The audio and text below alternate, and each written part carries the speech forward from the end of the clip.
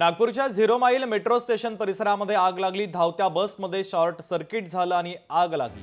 तर बसमधील सर्व प्रवासी सुखरूप आहेत, तर चालक आणि वाहकाच्या सतर्कतेने दुर्घटना टळलेली आहे। तर आग विझवण्यामध्ये यश आलेलं आहे। आताची महत्त्वाची ब्रेकिंग न्यूज आपण पाहतोय। नागपूरच्या 0 माईल मेट्रो स्टेशन परिसरामध्ये एका धावत्या बसमध्ये शॉर्ट सर्किट झालं आणि बसनं पेट घेतला।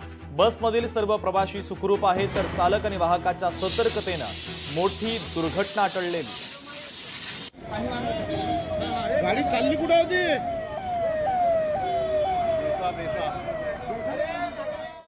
पॅसेंजर घेऊन निघालो होतो बेसासाठी, पोद्दारसाठी, आणि लगेच पोलीस चौकी क्रॉस केले। त्याच्यानंतरच एकदम शॉर्ट सर्किट झाला।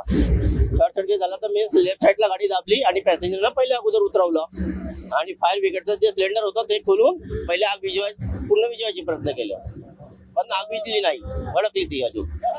त्यामुळे असं झालं। काही दुखापत नाही झाली? नाही, काहीच नाही।